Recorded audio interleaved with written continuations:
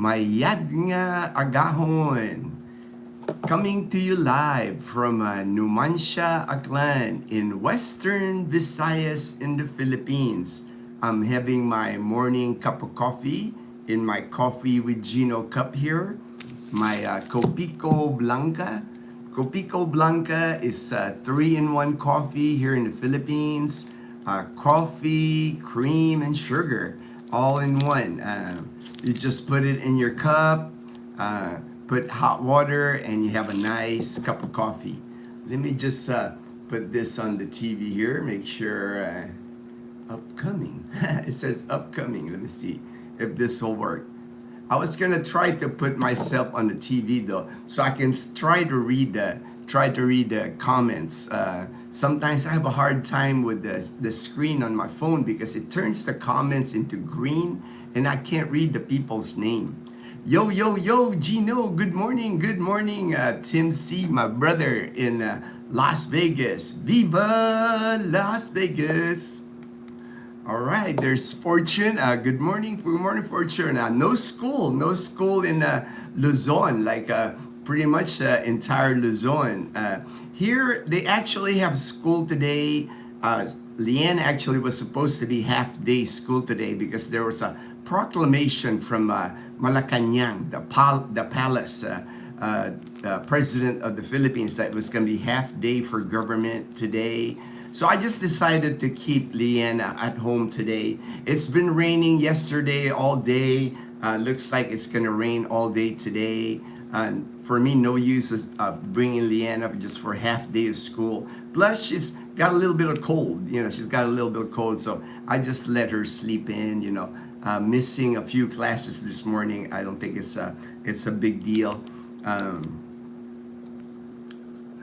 Slept late last night from the game and watched the Masbate. Oh, Masbate! I caught portions of it, portions of that. But I was pretty tired yesterday. It was a long day for me too.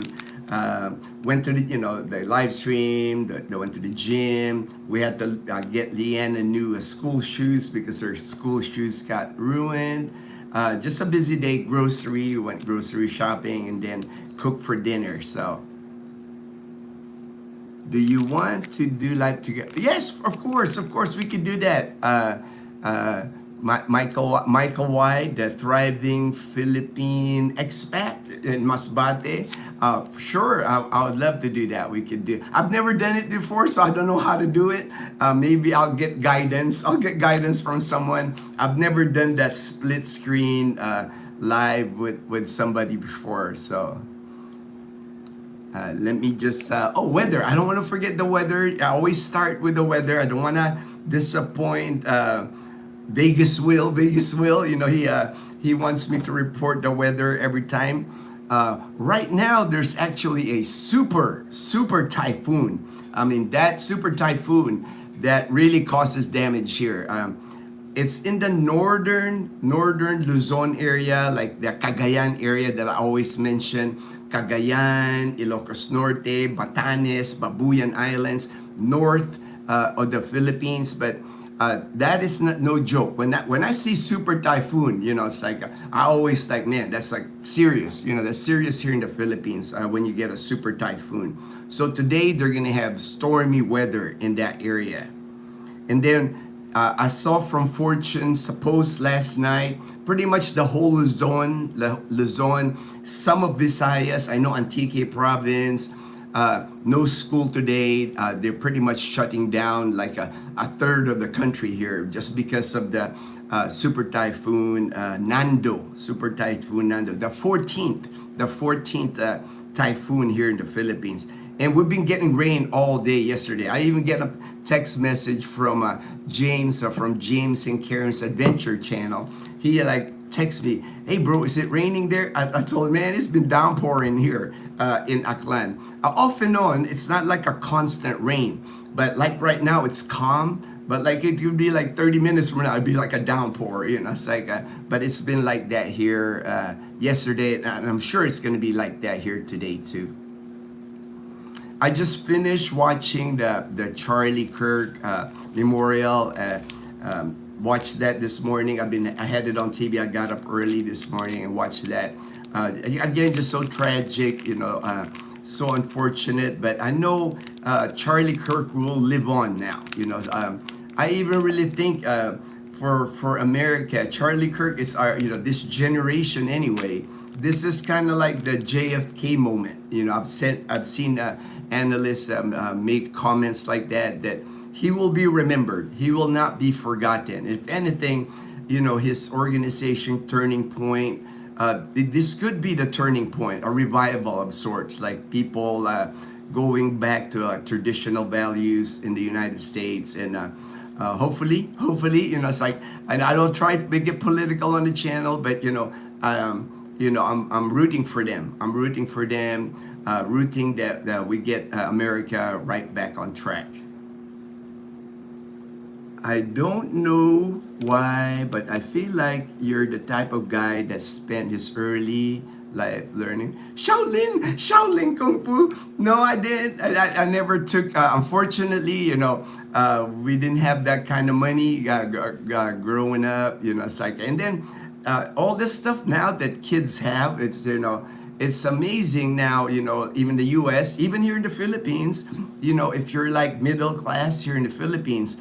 I see it with kids now. There's like karate, ballet, swimming, and all these things are available to kids now. When I was growing up here in the Philippines back in the 70s, and this was during martial law time. So, I was growing up, I think my first grade at Letran College in Intramuros, Manila. I went to an all-boys Catholic school. I remember tanks. I remember soldiers with machine guns running around in Manila during the time, because that was the time of martial law in the Philippines. All the way till I left the Philippines, you saw it was common to see soldiers, police with machine guns, big guns, just like in Manila, to keep the peace. I just took my daughters to school. All right.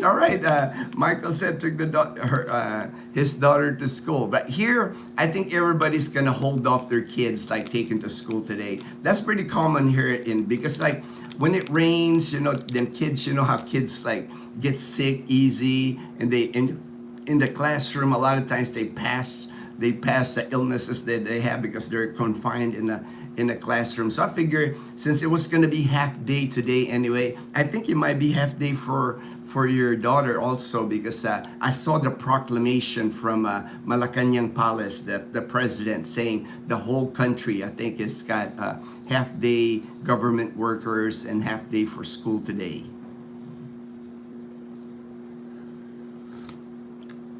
And in the news, lots of protests here. That was the big thing over the weekend here in the Philippines. I wanted to report that. I don't want to misreporting that. They have rallies all across the Philippines this past weekend because of the corruption. Because of the corruption right now that's happening here. It's about that flood control. It's like billions of dollars have been stolen by families. There's a lot of people now, they're under investigation, of course, but widespread corruption regarding the flood control money, taxpayer money here in the Philippines that was spent well, not spent but stolen stolen by they're gonna investigate who. You can kind of see, like I've been watching like the Congress hearings here, the Senate hearings here in the Philippines. You can kind of see the usual suspects here.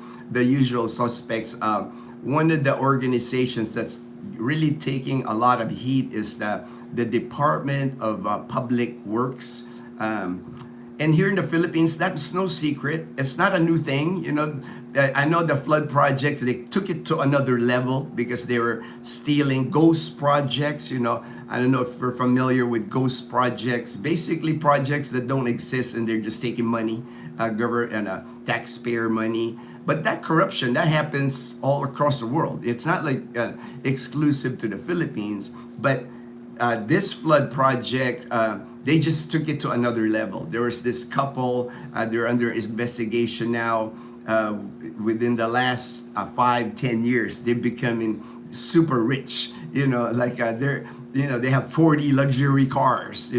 They have Bentleys, they have Rolls Royce. That kind of money, and they're just like ordinary people before. They didn't come from like a rich family or traditional old money here in the Philippines. So I'm sure investigations, all that will come out. But they have all the protests. But most of the protests, I've been watching the news. Most of the protests have been peaceful. Nothing. The one that's like always Manila. That's why I always tell people Manila is just one of those places where I don't recommend for people to retire or move to Manila, just because that's just, I lived there. My first 12 years of life was in Manila. It's just a lot, especially if you're retiring, you're looking for a peaceful, happy life. That's hard to find in Manila with the traffic, with the pollution, the smog. The air quality in Manila is one of the worst in the Philippines. I don't think that's like a secret. I don't think that's a secret. Dazzle, actually, one time we were flying into Manila, and she thought it was like, ooh, they might get some rain. It's cloudy. I said, babe, that's not cloudy. That's smog. It's like just polluted, very polluted Manila. That's why I always tell people, try to avoid Manila if you're looking for a peaceful life, retirement here in the Philippines. And of course, anytime there's a rally or a protest, Manila always seems to get violent because you have those mostly I would say younger generation, probably in their 20s. They just cause trouble. Same thing like the dynamic in America. It's like when I watched in Los Angeles when they were, it starts out as a peaceful protest. People are protesting about something, but there's this group that will always stir something up. They'll start throwing rocks or throwing rocks at police. So it creates that clash with the police. Like I was watching, the police would have the barrack, like covers themselves. The police got to control those people, right? You can't let like those people just like throwing stuff. Next thing you know, they're burning vehicles. Next thing you know, they're gonna loot stores. So police has to control that. It's not like the police's fault. It's like I feel sorry for the police because they get injured too. It's like they're just doing their job, controlling the crowd. But you'll always have that. It's like Iloilo had a rally. Over 15,000 people in Iloilo City rallied yesterday about corruption. Nothing like that. It's like I said, people here are just more peaceful. It's like because Iloilo people, they know that is their city. They're not going to damage their city. To me, that's like, that's a dumb move, right? Why would you damage your own city? But in Manila, you're always going to get those groups of people. I call them terrorists because like they're causing trouble. They just want to fight with the police. They just want, and they're hiding themselves. They got like their thing. You can see their eyes. So, but I don't know if they have facial recognition here in the Philippines. I don't know that. But they instigate like to violence. They throw rocks at the police, burn cars. But hopefully, all that will be smoothed away. Hopefully, that will calm down. That was just maybe they'll prevent future rallies. I don't know how they're gonna do that, but you always have a small group of people, especially in like Manila, that will start trouble like that. Oh, they have school there, Michael. All right. How's the weather? In Masbate? I'm near office now. It's sunny so far. Nice. 2 meetings, then lunchtime. And I'm going home, work from home. All right, Fortune. Yes. Half day only. Okay, there we go. Half day also in Masbate because the whole country is a half day today, according to Malacanang Palace. Greetings, Ginno. Or should I, Mr. Mr. Cheerful Force? Thank you. Okay, stay safe. There, Michael. All right. The clouds come from Panay and then hit here with the wind coming from the south. Monsoon rains today. No rain yet. Yes, all right. Thank you. Thank you for the weather report, Michael. Thank you for the weather report from Masbate. You hear news about H-1B visa. I think you're talking about the H-1B visa in the US. I think you're talking about that. I did something, it went through, like, I didn't read it yet, so I can't report on that. But I did see something like, I think $100,000 or something like that in the US. But I'll research, but I have, I heard a little bit, but I can't talk about it because I haven't really researched it and studied it. Joe, good morning. Good morning, Joe. Good morning. Sri Lanka. Wow, Tarun, thank you. Thank you for joining the live stream from Sri Lanka. I'm from the Philippines. I live here in Western Visayas, the middle portion of the Philippines. Good morning, Bill. Good morning, Bill. We play Siatong, Tirador, and Sungka. All right, I kind of know the sport. Siatong is that stick. You kind of like flick it, the little stick comes up, and you like hit it with the other stick. I played that when I was little. Tirador, I had that. What's that? Tirador, slingshot. Growing up, those are kind of my games, because in the 70s, we didn't have no video games. We didn't have no cell phones, all that. We were outside playing all the time growing up here in the 70s. A kite, I used to remember. Paper boats. We would make paper boats in the rain. Kites. I used to do that. You know the kids' games here back in the 70s. Basic. Daniel, howdy, Ginno and the Panay Pasi brothers. All right, I'm doing good. Just getting my day started. I got a load of laundry outside. I'm doing laundry. After this, I'll hang up. Even though it's raining off and on, I can still do laundry and I can hang it because I have that carport, like port for our tricycle, and then on the side hill I have like same thing, like a roof. So I just hang the clothes and let the wind dry it. So I don't even really need the sun as far as drying clothes, because we don't have dryers here. Dryers in the Philippines are not common. We got the sun. That's our dryer. We got the natural dryer here, the sun, and not when the sun's not out, we have the wind. We just put our clothes and we let the wind, or sometimes electric fan, to dry our clothes here. We put it inside, we hang it in front of the electric fan, and it dries your clothes here. Scuba Steve, my good friend, Scuba Steve. Good morning, Scuba Steve. Politics make more millionaires than any other career. Yeah, same thing here. I mean, there's no different here in the Philippines, no different in the United States, Corrupt politicians,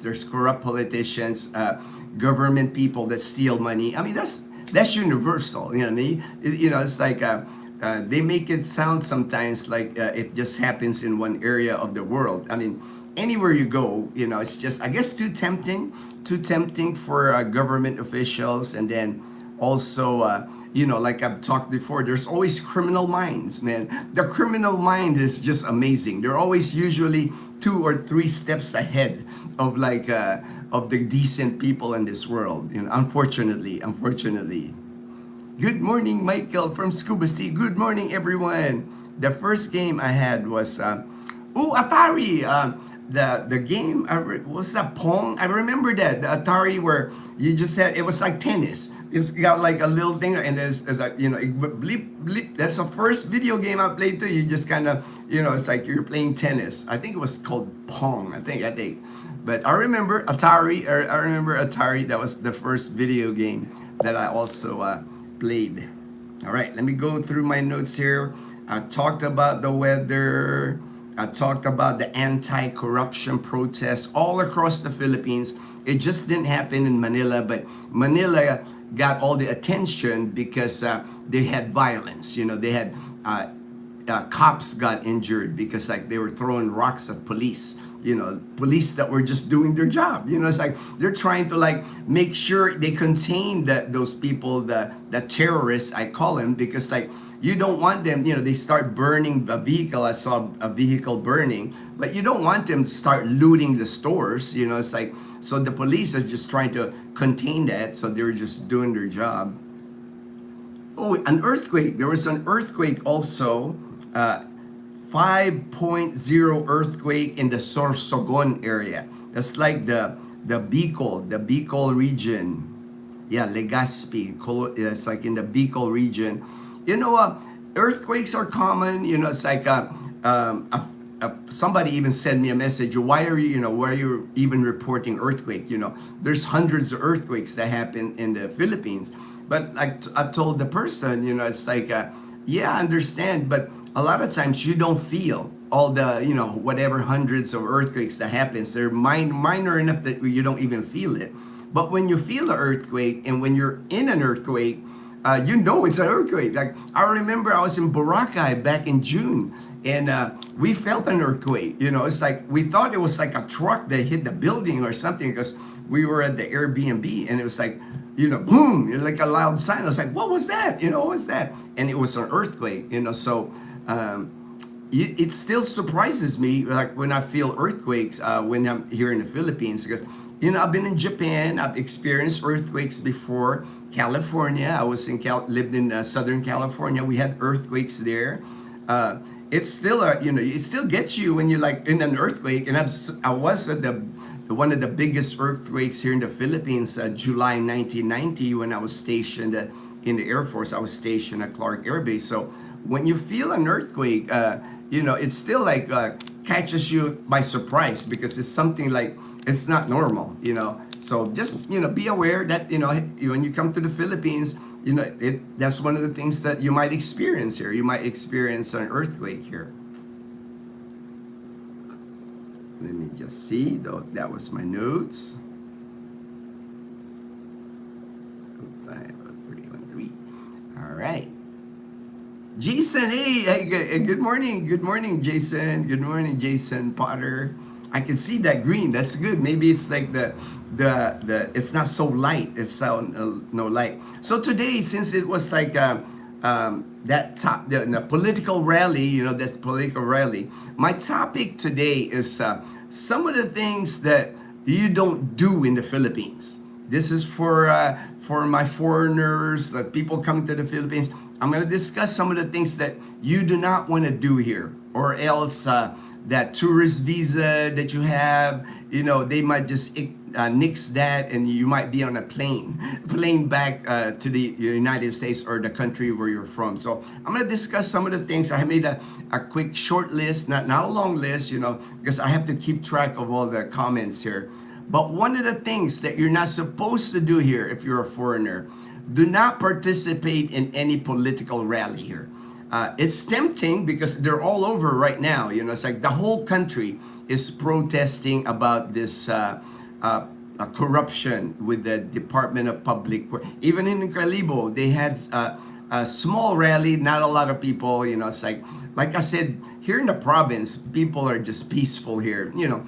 Most of the people here, man, they're just trying to put food on the table. It's like they have to clock out of work or something to be doing a rally. That's why they did a rally on the weekend, actually, because if they did the rally during the week, there's going to be people, man, they're trying to put food on the table. They're going to be at work, so do not participate in any political rally here. Because if somebody turns you in, if you get a picture taking of you at the rally, I wouldn't even go as far as like stand a bystander watching. I would, if I was in the situation, I was a foreigner here, I was on a tourist visa. If I see a rally, I'm going the other way. I'm going home. I'm catching a movie. I wouldn't even like stand on the sidewalk and watch the rally, or let alone film it. Don't do none of that. Don't do none of that. I know there's like vloggers, I think, brave enough to do that. They're foreigner vloggers here that are vlogging like the rallies. That's a no-no. That's a big no-no here. If they suddenly identify you're a foreigner and they can accuse you of participating, even though if you're just standing there, right? So why take a chance?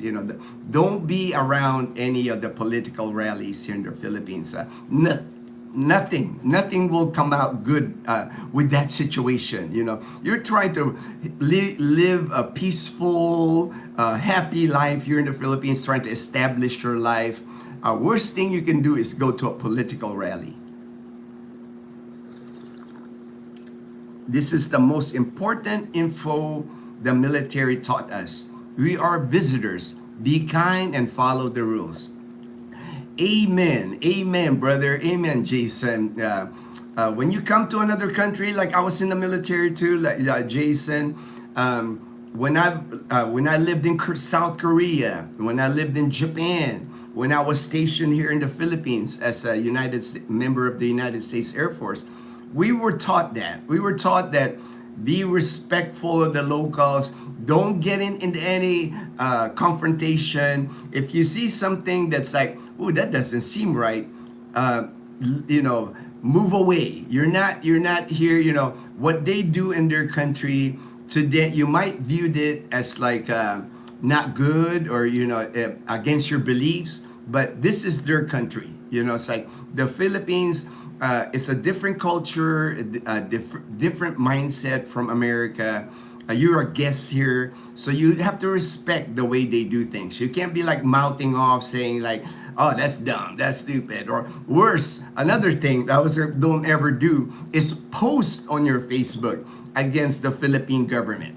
And to me, sometimes I'm shocked. Sometimes I'm on the expat groups, and these guys on the expat groups. Even though it's an expat group, they're talking about the Philippines. You're living in the Philippines and you're posting about the Philippines, negative stuff about the Philippines. That's another no-no. It's like I do not understand why people do that. And because here in the Philippines, there's this thing called cyber libel. Anybody here, if you say something negative about it doesn't even have to be a politician. I know in the States, they're pretty liberal in the United States. You can say anything about the president. You can say anything about politicians there. You can go on a mic and talk bad about a politician. Here in the Philippines, you cannot do that. Especially if you're on a tourist visa or even a SRRV visa or whatever visa you're in. You're not a Filipino citizen. You do not have that right to you cannot criticize the president of the Philippines, the politicians in the Philippines. Heck, you can't even criticize your barangay captain. Each barangay here, like me here in Numancia, Aklan, I belong to barangay Huyaw Huyaw. We have Sir Efrens, our barangay captain, right? He said the captain, he keeps the peace. He keeps the peace in our barangay. You can't even post something on Facebook against him. Because next thing you know, you'll be in front of the barangay. You're going to be in front of the barangay. You're going to be attracting attention to yourself that you do not want. You do not want. Trust me. Because for one, you kind of when you come to the Philippines, you almost kind of give up your rights. Because you chose to come here. You chose to you don't have, legally I'm sure you have some rights, but not really. It's they're always gonna, they're gonna side with Filipinos here. If it's your word against a Filipino here, chances are it's gonna go the Filipinos' way. So the better you keep the peace, the better you don't cause any trouble. Many people live here, thrive here, like Michael White. He's like a positive force in his community in Masbate Island. He does so much for the school, for his neighbors. People will treat you good when you're that kind of person. But when you're the kind of person that, complain, I'll give you an example. We had an HOA meeting here not too long ago, a couple of months ago. And this foreigner, he owns businesses in Calibo with this Filipina.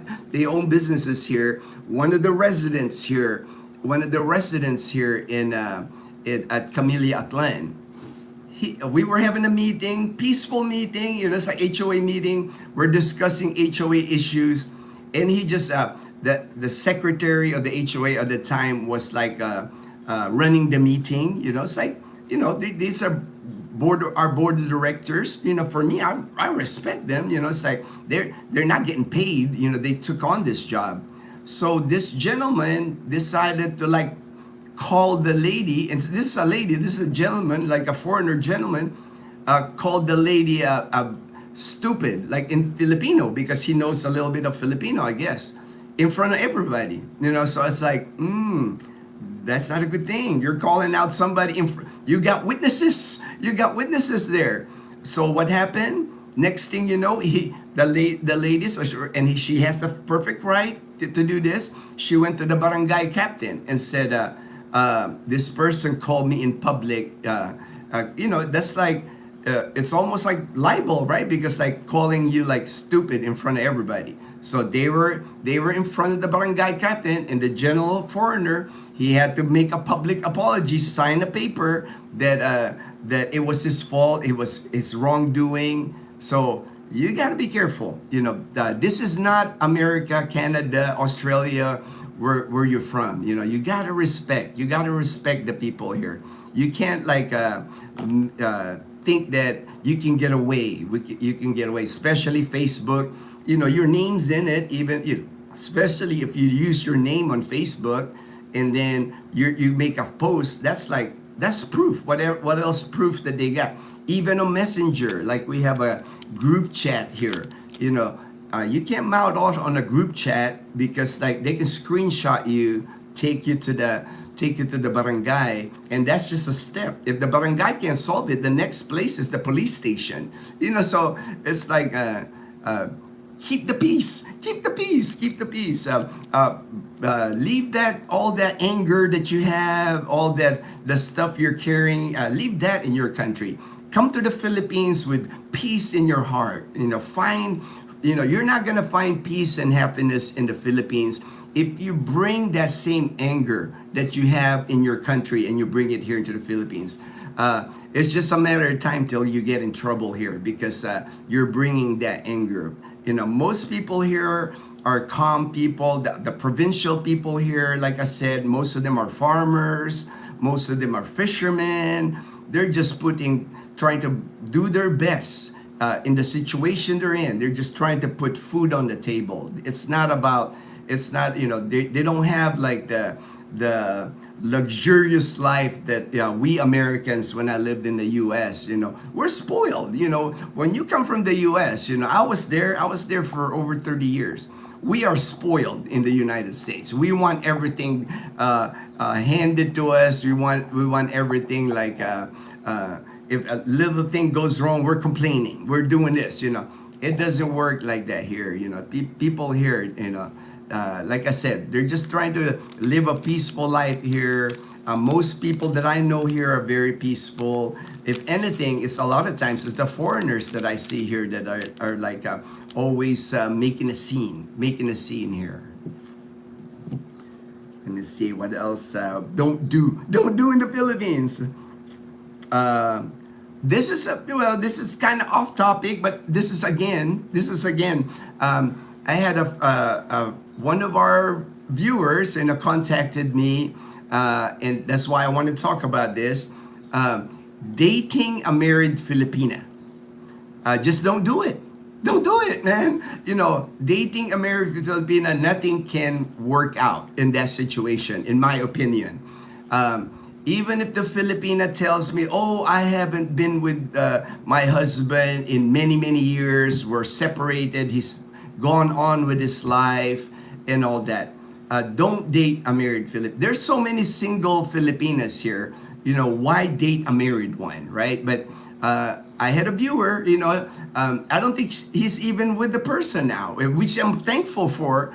But at the time, he was arguing with me. Not really arguing, but he was telling me, well, she told me she left him many years ago. They don't have any communication. It doesn't matter if the Filipina don't have a communication with her husband anymore for many, many years. She is still married here in the Philippines. There is no divorce in the Philippines. I know many have talked that divorce someday will come here. My opinion, I don't think it'll ever happen. There will never be divorce in the Philippines. Just my opinion, because the Catholic Church is very strong here. Not just the Catholic Church, but all the Christian churches here in the Philippines.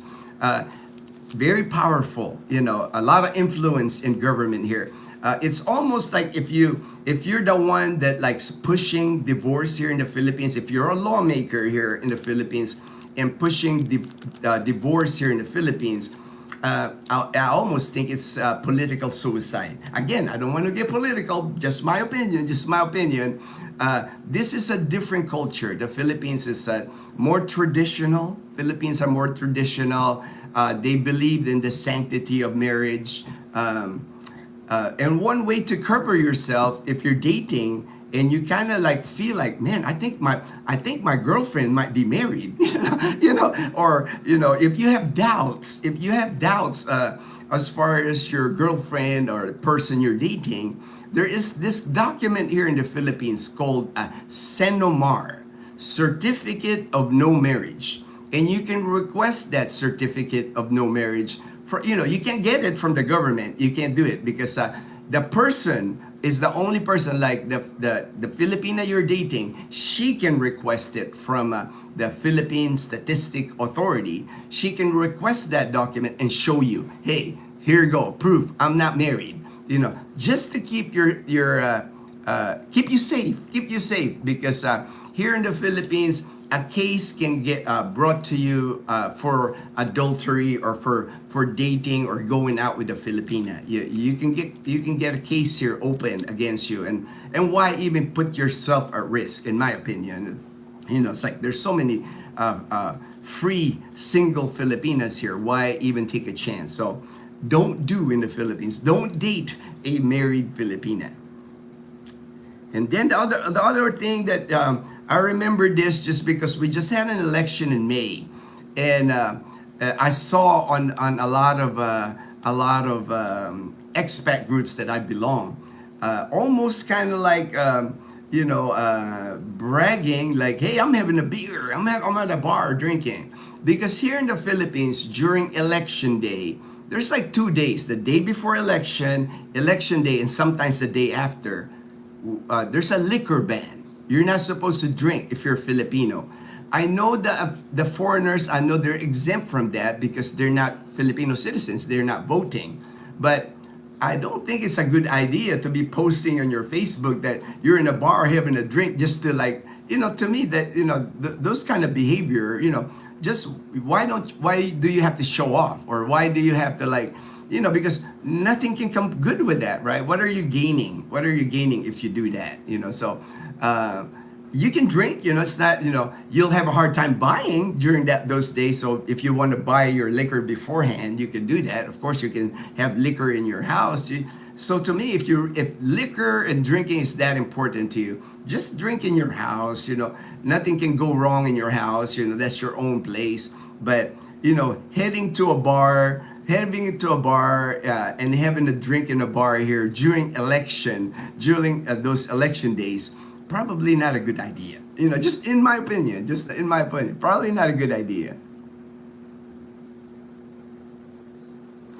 Joe, I would be in Boracay under a coconut tree. Hey, all right, Joe. I can't blame you, man.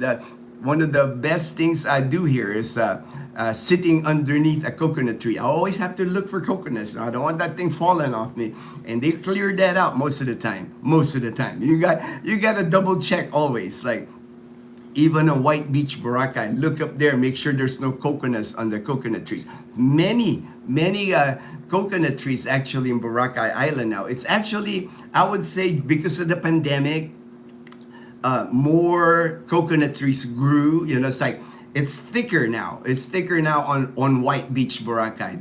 It's almost like there's a big stretch of canopy, because underneath the coconut trees is like the walkway. You got the stores here, restaurants, shops. You got a walkway, and then the coconut trees. Now it's like nice canopy now because of grown coconuts, more coconut trees now on Boracay Island. So it's really nice because even during the summer, you're not walking in the sun. You know, you're not walking. Oh, my dog wants to go out. All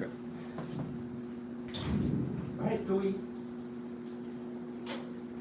My dogs are pretty cool because when it's their time to go outside, they just stand by. They sit patiently by the door, and I open the door, and I'll hear one bark when they want to come in. They're trained pretty good. They're trained pretty good like that. Sad to see some vloggers' entire vlog are completely negative views on PH. It is, and I understand that, Daniel. That's what gets views. Like, I'm sure today I'm gonna see vloggers here in the Philippines vlogging about the riot, the protest, and they're not gonna show like the peaceful protests happening all over the Philippines. They're gonna show that one event in Manila where these young, you can tell they're young. I can tell they're like skinny looking, they're young looking, they got their eye, and they're throwing rocks. They're throwing rocks at the police, battling with the barricade, the police barricade. That's what you're gonna see in the news, unfortunately. You're not gonna see the hundreds of thousands of people here in the Philippines protesting peacefully, because they're protesting because of the corruption, government corruption, the flood control money being stolen. And to me, nothing wrong with that. It's like I think that's what democracy is all about, right? You're allowed to protest. You're allowed to voice out that you're not happy that these people are stealing taxpayer money. Ryan, hi Ginno. Hopefully I will be in the Philippines in under 2 weeks. All right. Good luck, my friend. Good luck, Ryan. What goals should I set myself for my first 6 months? I can't tell if it's 6 months, 8 months. There, thank you. All right, Ryan. The first tip that this is like first advice I would give you would be just to slow down. Just you're coming in from probably working in the United States or working in the country where you're coming from. A hectic life, I'm sure. Now you're coming into the Philippines. More likely you're coming here to retire, because most of the people that come here don't work. You're not allowed to work here, for one. Very few. And there's some, you're digital nomads, they work here. But a lot of times what I've seen is just you're coming here to find a more peaceful, calm life, to find a Filipina, find happiness here in the Philippines.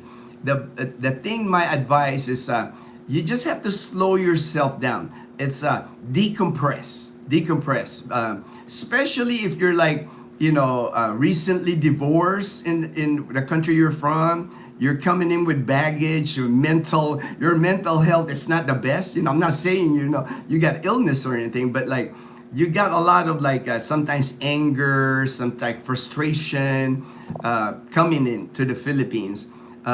You're now in a better situation. You are able to afford to move to the Philippines. That's already a major win. That's a major win in my opinion, because you decided to leave a probably stressful life. Because if you didn't have stress in the country where you're from, why would leave it, right? I always tell people, if you can afford retirement, you got a nice life in the US, there's no reason to come to the Philippines. That to me doesn't make any sense. If you can afford retirement in the US, you got the best infrastructure in the US. You got the best medical care in the US. Everything's convenient. Everything works. Everything's efficient. Why leave that, right? To go to a developing country where none of those things exist still, or still on the way, or developing. Why do that, right? So to me, the reason you're leaving is you're trying to find peace somewhere else, or you can't afford. And that's what I'm seeing more and more. Americans, they're getting to Social Security age, and the Social Security, I understand Social Security was supposed to be a supplement retirement, but for most Americans, that's their primary or only retirement. There's my dog, there's the signal. She wants to go in.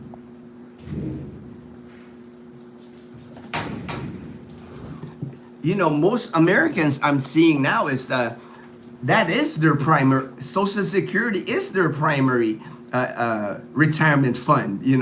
Many have gone through divorce, lost most of their belongings in divorce, and or weren't able to save.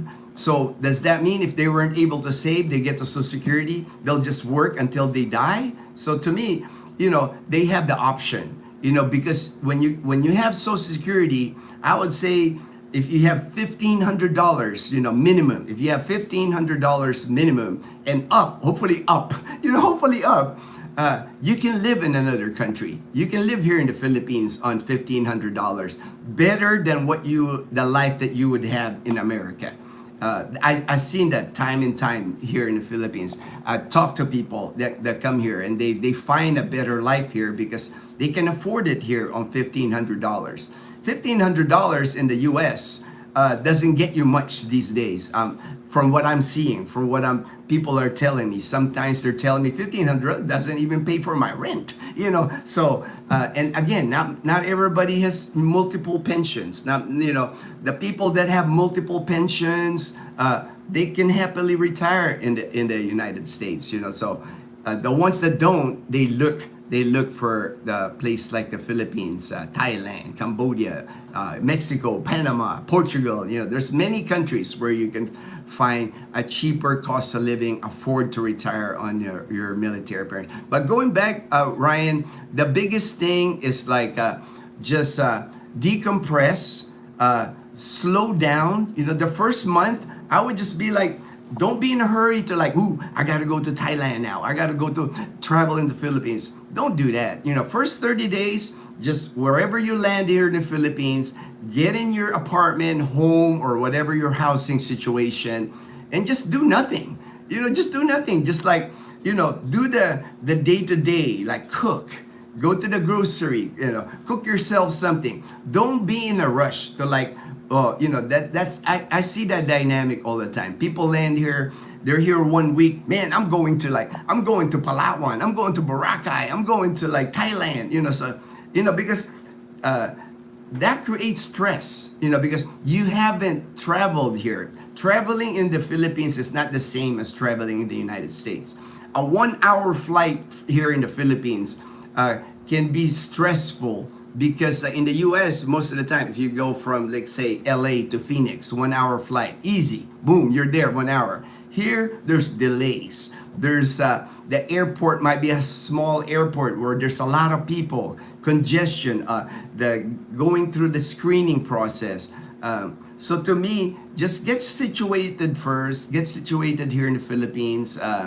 Adjust to the time because you're going to a different time zone. You're getting to a different time zone. Your sleep. A lot of people that get here to the Philippines, they're awake at 2 a.m., 3 a.m. because, your sleep pattern is going to be off. So the first month, just adjust to that. Find a little activity in that where you settle, like the housing you settle. Find a gym, get at the gym, work out, find a pool, find a beach, something easy, ease yourself in to the Philippines. Don't be in a hurry to like start doing things. You got plenty of time if you're retiring here. What's the rush? You are now retired, slow down. That's the thing, slow down because you are now in that part of your life where you're supposed to enjoy.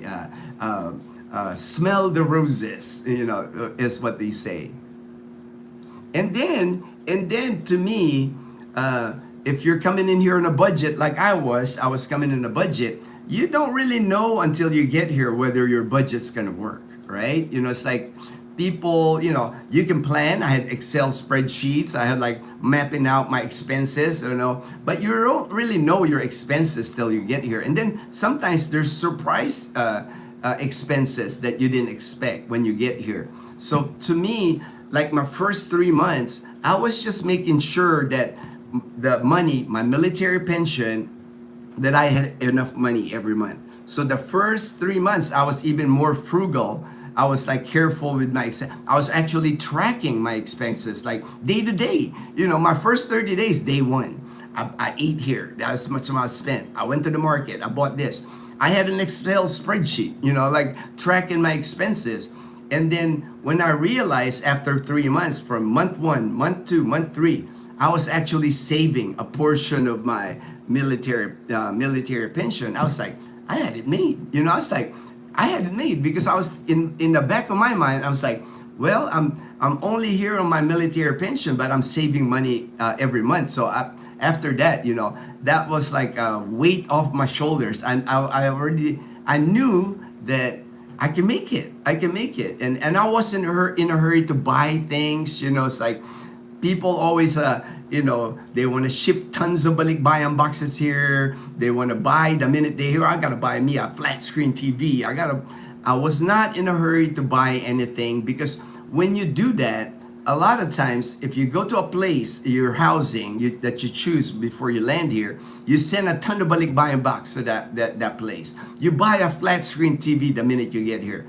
If you don't like that place all of a sudden after 6 months or 1 year, it's hard to move. It's expensive to move. And a lot of times you're going to think in your mind, well, it's such a hassle to move. I'll just stick it out here. So to me, my objective was like to travel light. I had one suitcase. I had my backpack. My only purchase, my first, I would say 18 months when I was in Boracay Island, I bought a mountain bike because that was important to me. That was going to be part of my exercise, part of my transportation. For the first 3 years here in the Philippines, I only had a mountain bike. I didn't buy a motorcycle. I didn't buy a car. My mountain bike was my mode of transportation here. Saved me a lot of money. I didn't have to pay insurance. I didn't even have to pay maintenance costs. No gasoline. I was riding my mountain bike here for my first 3 years here. I mean, I don't say do the same thing I did, but like just that mindset. Just that mindset of being frugal. See if the money that you're bringing here is going to be enough before you like jump the gun. And then shoot, after a few months, you see you're like building a nest egg is growing. Hey, buy that 55-inch TV because you deserve it, right? You're doing a good job in retirement. So yay, buy that luxury item that you want to do. Let me go back here. I just want to make sure I didn't miss any comment here. But reach out to me, Ryan, if you want. My contact information, it's in all our videos, my email, my messenger, my WhatsApp. Reach out to me, brother. I'll guide you. I've guided many people here in the Philippines. I think I know what I'm doing. I'm not always right. I'm not one of those know-it-all. I'll research. If I'm wrong, I'll admit I'm wrong. Oh, my mistake. And I've learned that. I've made mistakes. Even with our viewers. With like finding an apartment. When I talk to the landlord here, I've learned my lesson. Through trial and error. There's landlord here that I talk to them, and I thought I got a good deal for the subscriber, the viewer that's coming here. And then when they contact them, they're getting a different information from the landlord. And that puts me in a bad spot because dude, I talked to you. I thought we were all set. And then they're changing, the dynamic, or changing the rules on the viewer. So now I'm careful. I get a full understanding before I commit to like the landlord, because I'm trying to connect people is what I'm doing, when people are coming here to get housing here in the Philippines.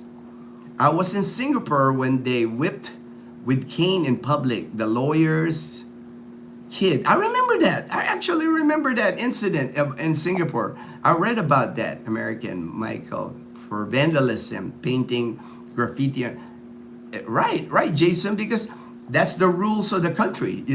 It's not like in America where you got like rights. You go to another country, you are playing by the country's rules, so you have to respect their rules. You can't buy out, or you can't buy attorneys. You can't get away with stuff in like the Philippines, Singapore that you could in America.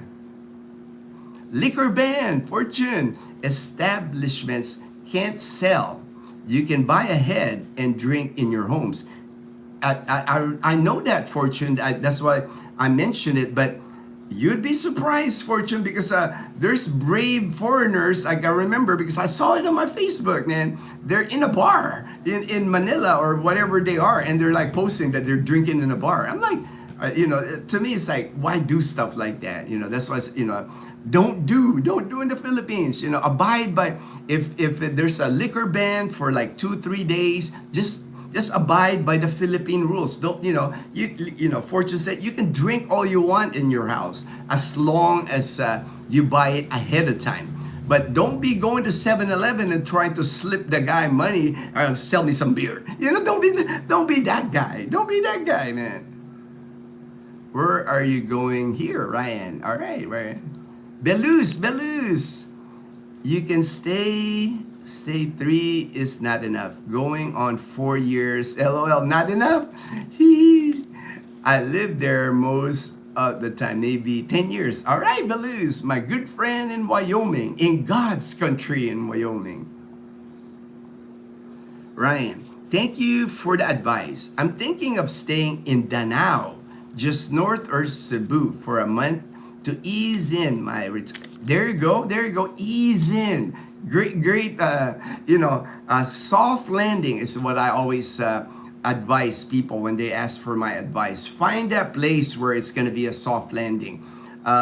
Manila, Cebu City, I don't think that's a place for a soft landing. You will get a bad impression of the Philippines if you land in those two places just because of the traffic, the noise, the congestion, to me, those places are just not ideal for retirement. But like you said, like north of Cebu City, Danao, I'm sure it's more provincial, more beaches, more calm. Those are the places where you want to head out your first month. Like I said, decompress, remove all that negativity that you're, whatever negativity you're coming from. When you get to the Philippines, just if you're one of those people that talk politics, stuff like that, don't do that here. Have a fresh start. When you meet expats for the first time, talking politics, talking religion, probably is not a good thing. They're gonna look at you like, what's wrong with this guy? It's like, don't do it. Leave that stuff behind. Find your peace and happiness here. And most of the time, talking politics, talking religion, that does not bring peace. That doesn't bring peace, especially here in the Philippines. Let alone like Philippine politics. I never talk about Philippine politics because why would I? It's like, to me, what they're doing here in their country, that's their country. It's like, got nothing to do with it. I've never voted here in the Philippines. I probably could register because I'm a Filipino citizen now, but I don't vote in the Philippines. I stay away from Philippine politics completely. I'm more attuned to American politics because that's where I lived all my life. And, I respect everybody's political affiliation, religious affiliation. I think we all have a right to choose. It's like, I don't preach. I don't preach my beliefs. I keep it to myself. I keep my beliefs to myself. Good morning, Ginno, James, Crabiel. All right, good morning. The new Archbishop of Cebu will be installed September 30. All right, thank you, Fortune, for that tidbit there. Ryan, I really like Ginno's lifestyle, way of thinking. It shows it. All right. my cheer force. That's another nickname for me, man. I got Mr. Weatherman, Mr. Chair Force, and now Mr. Cheer Force. Thank you for that, Ryan. I'm getting a lot of nicknames now. I got a lot of nicknames. Yes, same here. Edgar, hey, good morning, Edgar. Good morning. Hopefully you're having a good morning there, Edgar. Getting rain, Edgar knows he's now in Calibo, so we've been getting rain here the last 2 days, off and on. It's like downpour. Sun hasn't even come up. Maybe a little bit yesterday. I think the sun did come up a little bit yesterday, but more rain the past 2 days here. And the rains we're getting, it's not like from the super typhoon. The rains that we are getting is our normal habagat. Ooh, there's Leanna. I didn't wake you up to go to school because I know you weren't feeling good, and then your half day anyway. It was raining, so you got lucky. We'll have to make up for you missing school today. Just work on your Kumon. Today. Are you done with your Kumon for tomorrow? Later. All right, now, get some rest because I know you got a cold. Leanna's got a cold, so Hopefully I don't catch her cold. It's like, I'm gonna stay away from Leanna. Leanna, wear a mask. We got masks here. So well, I still keep a box of masks here because I'm still careful. It's like my immune system is not the best. It's like I'm still immunocompromised. So like I always keep this box of masks. I'll have Leanna wear a mask today because she's got a cold since yesterday. I'll wear a mask too after this live stream being around her. I'm careful. I try to avoid big crowds or anything like that. If I hear somebody coughing, I'm wearing my mask. The minute I see hear some, I'm around a person that's coughing, I'm like, oh, wear my mask because I can't afford to catch any illness. Even a simple cold takes me a long time to recover. And I'm getting in good health. I'm working out at the gym. I'll do a workout at the gym again today. So I don't want any setbacks. And even like I said, any disease will like set me back. Edgar said that Sergeant USA Daniel Barun K. Hi, hello. What is your monthly cost to live now? The last cost that I did with 4 people was 1,200.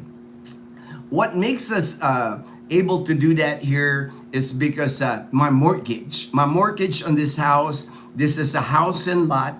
I have a nice yard, 88 square meters. The house itself is 40 square meters, 2-bedroom. We got bunk beds upstairs for Mom and Leanna, and then that's a nice room. That's the one thing that really saves me money every month because our mortgage for the last going on 10 years now is $200 a month. It fluctuates a little, with interest rate. I guess I got that variable interest rate, but it's always around $200. And I only have like 4.5 years left on our mortgage. So once that mortgage is done, it's like a free and clear. That will be added to our budget that we won't spend that $200. And I have mortgage insurance that I pay. I think it's every May I pay like $5,000, about $100 a year for mortgage insurance. So if something happens to me, the house is paid off. Dazzle's on the title. The title on the land here, Dazzle and I's name. Both our names are on the title.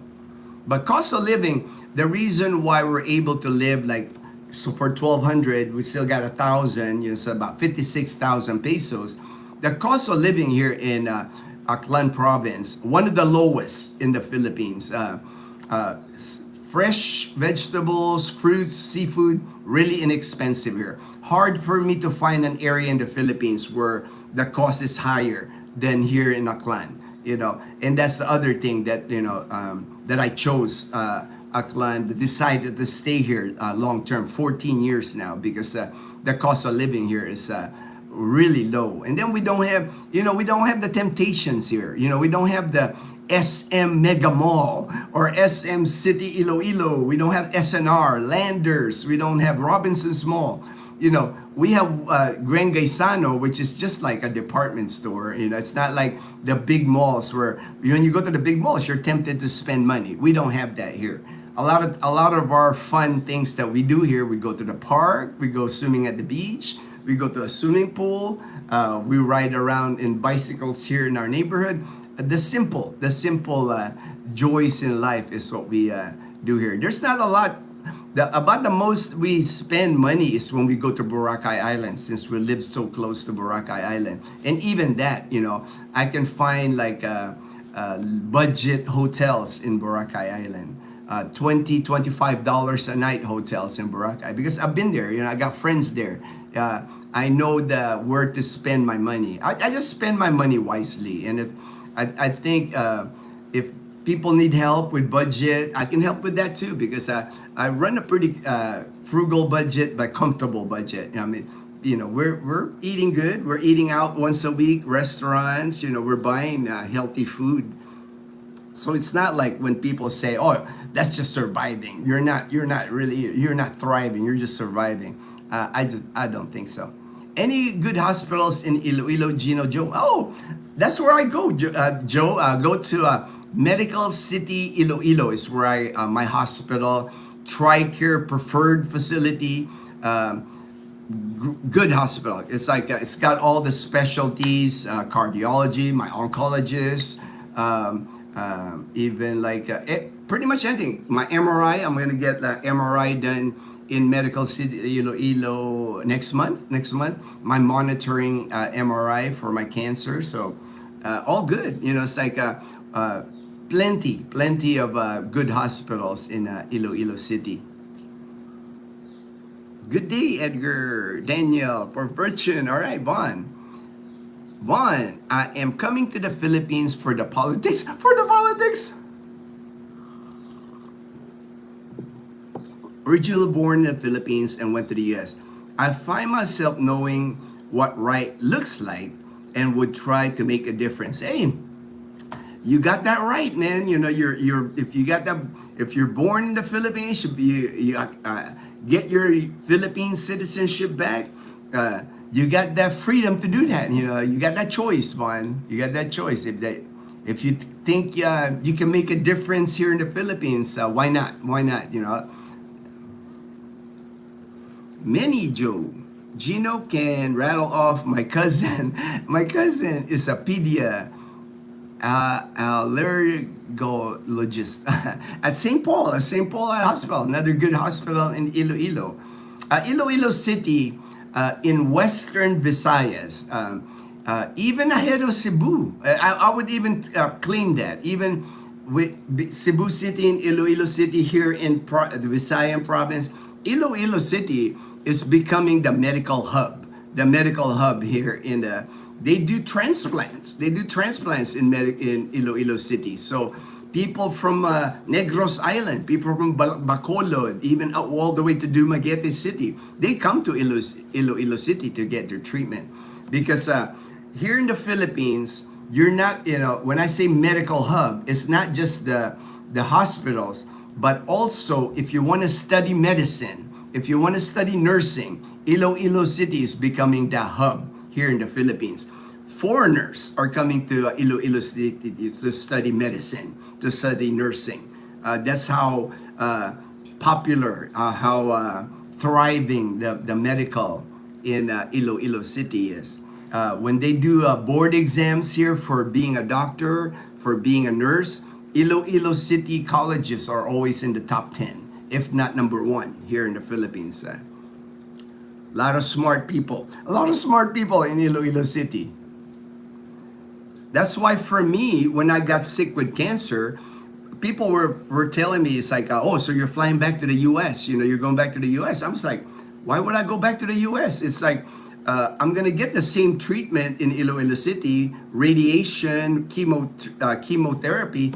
It's the same treatment. I have medical background. I've worked 27 years in the medical field in the US. I did my research, of course, with my help from my friend Gray.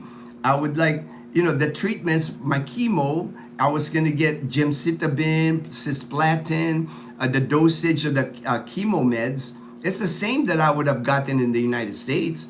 The radiation, they had a brand new facility at the time. I started my radiation treatments like May of 2023.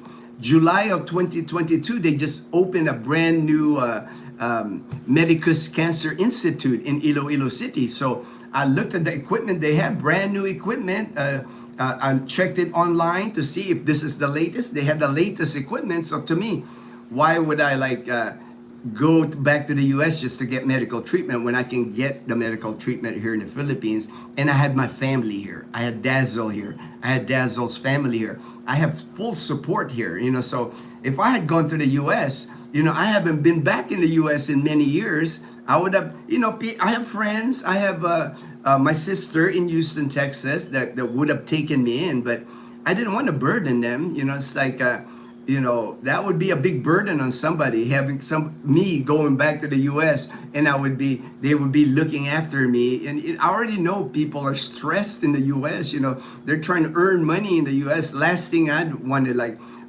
put on their position is like somebody going through cancer treatments and taking me to the hospital or watching me at the hospital. I have full support here. That's why, to me that it didn't make sense for me to go back to the United States just for medical treatment.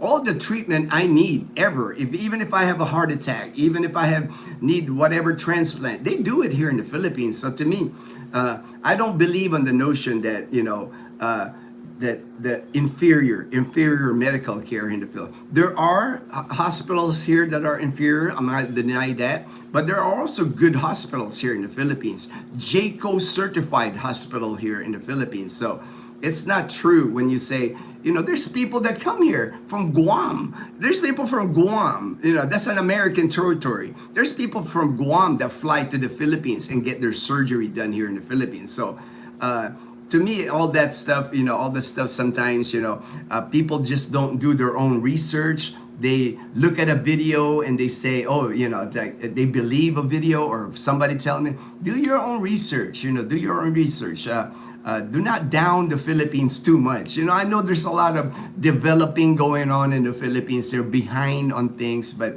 there's advanced medicine here in the Philippines too. Finally made it. All right, peanut butter travels. All right. I had appendix surgery 2 weeks ago. Oh, all right, man. Hope you're recovering, doing better. Okay, good to hear, man. Good. That's why I haven't seen you. That's good though that you're recovering. Grateful for TRICARE here in Texas. All right. Like me, man. I'm just blessed that I know I can use my TRICARE here. I know it's not easy to use sometimes, TRICARE here, but it's all I got. I would not have been able to retire here in the Philippines if I did not have TRICARE medical insurance. For the people that don't know, TRICARE medical insurance here in the Philippines, it's for United States military retirees like me and my dependents like Dazzle. We are covered here. We have medical insurance here. TRICARE is a company in the United States. They have facilities here in the Philippines there's two kinds. There's preferred facility, which is Medical Ilo City, where I go. That's a preferred facility. All I do when I go to Medical City Iloilo, like with my MRI next month, I just go there to the TRICARE office. Mom Marlene prints out my form. I pay my 25% copay with the cashier, and I'm done. The 75%, the hospital takes care of it, gets their money from TRICARE in the United States. Now, there's other hospital here that are certified, where they're not. The hospital itself is not a preferred facility. I guess that managed care thing that they're not preferred, but they're certified. Certified hospitals here in the Philippines, many of them. We're talking in the hundreds of hospitals here in the Philippines. With the certified, I have to pay 100% upfront. All my Medicare care, I just get receipts. And then I file it online with TRICARE, and they send me my 75% back. Never had an issue. Never, like I said, I filed over 50 claims with TRICARE during my 12 chemo treatments, 33 radiation treatments, all my medicine at Mercury Drug, all were covered by TRICARE. I did not, with all those treatments, I didn't even reach my catastrophic cap, is what they call it. $4,000 a year is my catastrophic cap. After I reach $4,000 of my own expenses, TRICARE covers 100%. Everything's free after $4,000 a year. I didn't even reach that during my cancer treatments. That's why I'm blessed. I'm so grateful that I got TRICARE here in the Philippines, because the main thing for me is as long as I have emergency medical fund of $4,000, I'm good. I can live here. I can get any medical care that I need here in the Philippines. Brownout here in Bridgeport, West Virginia. Oh, we haven't in our neighborhood. In Calibo. They've had a couple of brownouts, power outage, because they're repairing a lot of power lines in Calibo. So lately, I've noticed maybe the past month they've had two all day long power outages in Calibo. But not in our area. We haven't had an all day power outage in our area. 30 pesos a kilo. Oysters is the bomb. That's right, man. You can go to New Washington, Aklan right now. 30 pesos a kilo for live oysters and best oysters too. They're delicious. I can't eat them anymore. I'm allergic now to like shellfish because of my immune system being weakened. Magandang umaga, Olson, Aliyah, and my good buddy Isaiah in Columbia, South Carolina. All right, good day, everyone. Good day, everyone. God bless you and God bless America. Peanut Butter Travels. Yes, thank you, Bon. God bless, my brother. Yes, Bon, plenty of seafoods. My cousin and I, when we have drunk enough, we go to Iloilo Fishport at dawn, and buy a big fish. Yeah, have it cut up into 3 parts. The top part is the fish head soup. Fish head soup. I know. I've had that. Dazzle really loves the fish head soup here, and especially when we're in Iloilo. That's she hunts for that fish head soup. I know that's kind of like for some that fish head. I don't know about fish head, but the soup is delicious. Absorbs all the, and surprisingly, when I'm watching Dazzle, there's a lot of meat inside the fish head. Me, I stick with the soup. I stick with the vegetable that they put in the soup. Normally, they'll put kangkong, bok choy, string beans. They put tomatoes, onions. They put a lot of the sinigang is sinigang is like the tamarind soup. It's a sour soup. I like it. I like that sour soup. Usually served like when you eat at the Carinderia. Usually they'll serve you like free sour soup. I like it. I like that broth, that sour broth, the tamarind broth. Thanks, Fortune. All right, Joe. Fortune. Veggies. The middle is kilawin. The tail is inihaw. Oh yeah, right. Man, that's because like here you can get that at the fish markets here. Even at the fish market here in Numancia, Calibo especially, even Makato, anywhere here in Aklan, pretty much all the public markets here, you can get like a big, good sized tuna. It's like a yellowfin tuna. You can get, I think the other one that they call jackfin tuna. A lot of them, they just freshly caught. And then you can just buy the whole thing if you want, or just they'll chop you like tuna steaks with it. Very popular, very popular here in Aklan province. And there's so many ways to cook it, like Fortune is saying. The fish head soup, you can grill the tail and the belly. Usually the belly is a really sought after on the fish here. And then kilawin. Kilawin is ceviche, like eating it ceviche. Like you can cut up the tuna slices, mix in some calamansi, put some red onions in it. It's like ceviche style. Man, that's delicious too. I like eating kilawin also, or ceviche. What do you think of the trillion peso march? I hope change comes soon for the Philippines. Have a great day. All right. Well, like I said, I don't get political. It's like I saw it. Yes, I saw it on the news here, of course. It's. Let me see. What do I really? I'm trying to think what I really think. I mean, it's good that people are. It's everybody's right to protest.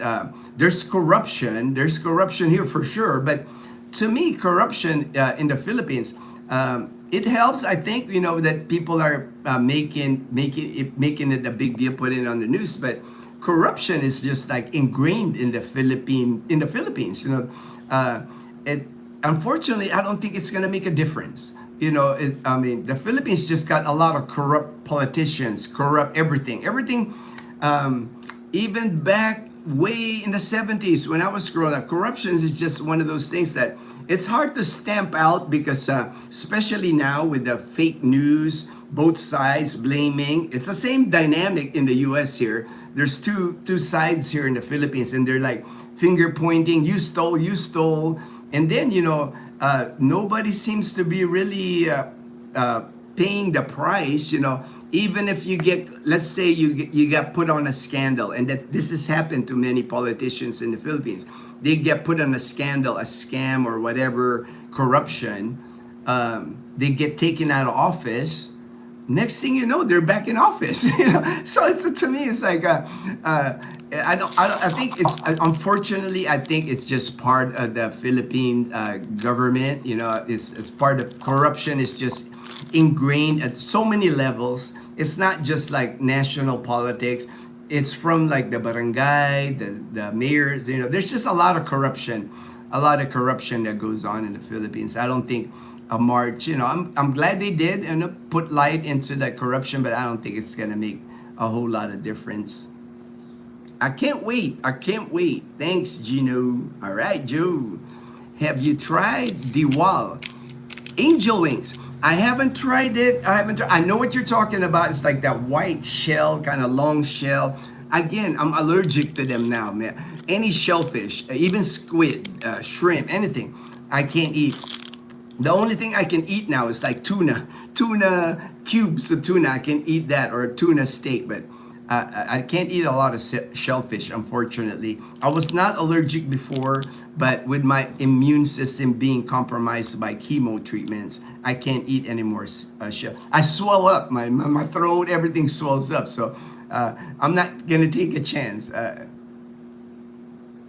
But I know what you're talking about, that angel wings, the diwal. I saw it actually when we went to Rojas City. They have it at that stretch of like restaurants by beach. Plenty. I've seen plenty of those angel wings. It's like a clam. It's a clam, like a longer shaped clam, and it's got a clam in it.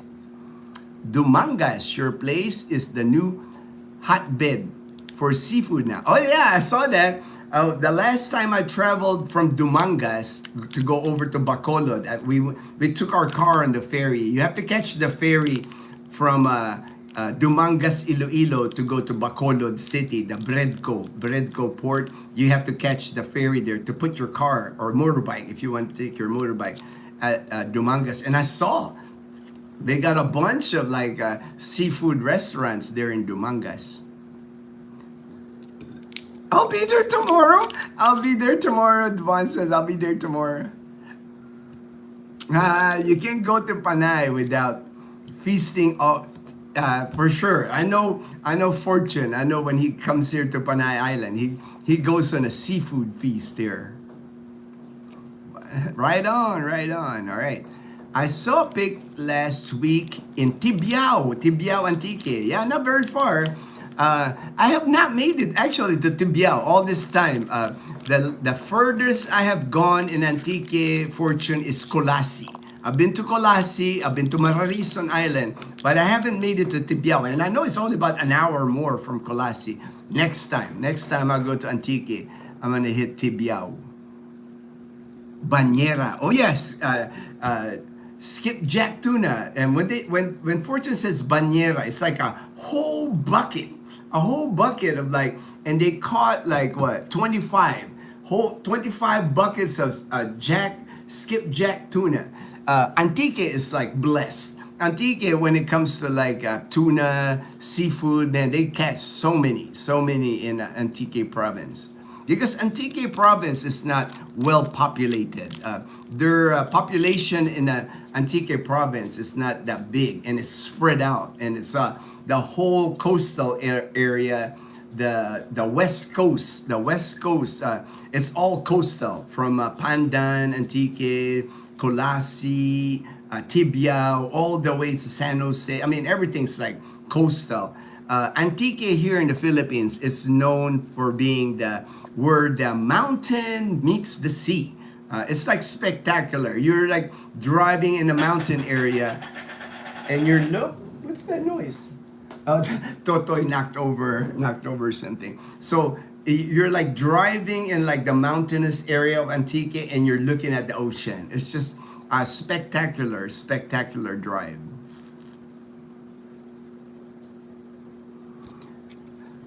That's outstanding. All right, I will find the link and send you. All right, man. Send me on Facebook. I saw it though. I saw that bañera of skipjack tuna, that they caught so much skipjack tuna in Antique. The Philippine doctors get their medical degree here, but many of them, their postgraduate training are done in the West. So they bring. Exactly, right? That's what I'm saying. Like, my oncologist actually, he actually goes like to Europe. He does presentations because, I mean, he's on the front lines. He's got hundreds of cancer patients here in the Philippines. So he's like very experienced, very experienced. So they invite my oncologist to talk like in Europe. I remember he just came back from Europe in other Asian countries. So it's not like you're thinking, well, they're so behind here, And I know he studied in the West. So if anything, I know my oncologist is even part of a study, experimental medicine. He's even part of that. So he's even collecting data, testing out new things. So it's Philippine medicine is not behind as most people point them out. But I do understand, there's remote provinces here in the Philippines where if you choose the remote provinces, you won't have access to good medical care.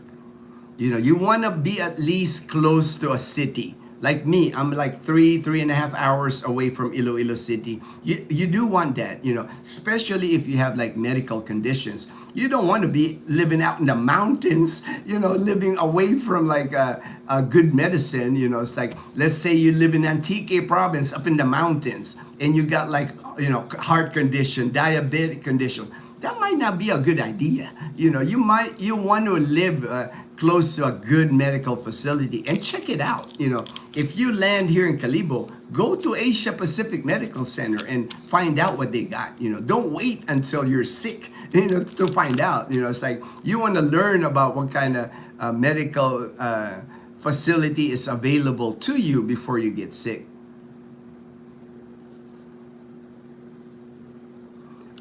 If the U.S. allows Medicare portability to the Philippines become a it will be. I agree. I agree with that. The medical portability bill, we'll find out. We'll find out 1 October because the Medicare portability bill, it's part of the FY 2026 United States budget. So come 1 October, pretty soon, we're going to find out if it's going to be approved and signed into law, where there's, I think, 10 or 12 countries outside the United States where they will allow Medicare. And Philippines being one of those countries because it's an ally of the United States. They selected 10 countries, 12 countries that are allies of the United States. That's medical care is already in place. Like here in the Philippines, TRICARE is already in place. So it's not difficult. The TRICARE is run by United States government. So it's not hard for them to just include Medicare with the TRICARE system already in place. So it's not like people are thinking, there's going to be corruption. People are going to steal money. We have Medicare problems in the U.S. For sure, money get stolen in the Philippines. I would say the last 20 years, there has not been a single corruption when it comes to TRICARE here in the Philippines. It happened in the early 2000s that there was like shady doctors here, shady companies here that stole money from TRICARE, the military medical insurance, but it has not happened since close to 20 years now because TRICARE has put in place preventive measures. The hospital that are TRICARE preferred, like Medical City, they do not want to lose that status. They do not want to overcharge TRICARE and lose that status. That is big business for Medical City Iloilo. Why risk with one patient when you got millions of dollars coming into your hospital because of, you're going to do something shady. And then the smaller hospitals, TRICARE really scrutinizes. Like with me, if I go to Panay Hospital here in Calibo, they're not a TRICARE preferred facility. So I pay 100%. I get all my receipts, all my medical records. I send it to TRICARE in the United States and they evaluate it. They see if it's legit or not. And I don't want to mess that up because that's my insurance coverage. Why would I try to trick them? And that's against the law. I can go to jail. I can lose my pension, my military pension. So I'm particular, so it's already in place. Like, I've researched it. I know how the medical, of course, like I said, the criminal mind might think of something else, to steal money. But I think there's a system in place that for the last 20 years, TRICARE, nothing is being stolen, government money. So if Medicare comes here, I think it's going to work. I think it's going to work. I notice how my family relationships in the US is more transactional now. And I definitely feel that I would be a burden if they had to take care of me. It wasn't like that before we moved to the US. And for me, it's like, I know what you're saying there, Olsen. I know what you're saying. I know my sister would have taken, that was a place where I could go. My sister in Houston. But my sister's 69 years old, and she's had a pacemaker just replaced last December. So I did not want to burden my sister. I have good friends. I know my friend in Phoenix, Arizona, his wife is a nurse. He offered, and I'm good friends with him. But again, I didn't want to burden them. They're good friends, but that's such a burden to like take in somebody that's going to go through cancer treatments. To me, it's like, I knew that when I moved to the United States, from the United States to the Philippines. Once I'm here, man. It's like, I'm going to, whatever medical care that I'm getting it here. It's like, I moved away from that life. I know many people offered me in the U.S. when when they found out I got cancer, they go like, hey, come over here, man. I'll watch over you, But again, I did not want to burden them. I haven't been around them for many years. I know, it's nice for people to offer, but they got their own issues. Life in the U.S. is hard enough. Here, you saw it on our videos. Dazzle and I, we were able to handle just the two of us in Iloilo. Dazzle was my full-time caregiver, everything. She was my support system. My dogs were taken well care of here at home because my family's here. Dazzle's family took care of my dogs. So, and that was important to me because during breaks of my treatment, I would come to our house here in Numancia, and I saw my dogs. And to me, it's silly, it's dogs, but that was a big morale boost for me. We miss our dogs, and then when I saw them, Chloe would like lay in bed with me, because I couldn't do much when we were back here. Meant a lot to me. If I had gone to the U.S., chances are I couldn't take Dazzle with me. I couldn't take my dogs with me, and I'm gonna be living at a house that's not familiar to me. So to me, it wasn't even a question. It's like, I know many people told me, go to the U.S., you'll get better care there, but not me, man. It's like, I'm here for good. I'm here for good in the Philippines. Very poignant. All right, Vaughn. All right. Good day, OB. There's hope back home. OB. I agree with both of those statements. Another reason why I feel like trying out a different approach when we get there. Yeah, and to me, OB Olsen, it's like, to me, there's nothing to lose. It's like, if you got, I understand that dynamic even when I lived in the United States. That's probably what pushed me to come to the Philippines. My relatives in the U.S., we were so close when we were in the Philippines, but when we migrated to the United States in the late 70s and 80s, during the 80s, I joined the military, 84, I rarely saw them. Of course, I was being stationed all over the place, but we were like, my relatives were living in Texas, in California, in Nevada, in New Jersey, in New York. So the very few times that we would get together, we almost didn't recognize each other, and then everybody's, you get that competition too, it's like, it was just not a nice dynamic, it's like everybody was kind of like, I got a house now, I got a car now, everything became material, unlike the relationships that I have now that you see, with Dazzle and Dazzle's family. There's none of that. We're a family. We're in it together. It's like they took care of me when I was sick. that meant a lot to me. I'll always remember that. That's why I take care of them now. It's like I do not have a problem taking care of everybody that I can take care of, as long as I can afford it. As long as I can afford it. I'm not a walking ATM. I hear that all the time. You're a walking ATM. You're supporting so many people. I don't. These people took care of me when I was sick. And if they're sick, I will take care of them.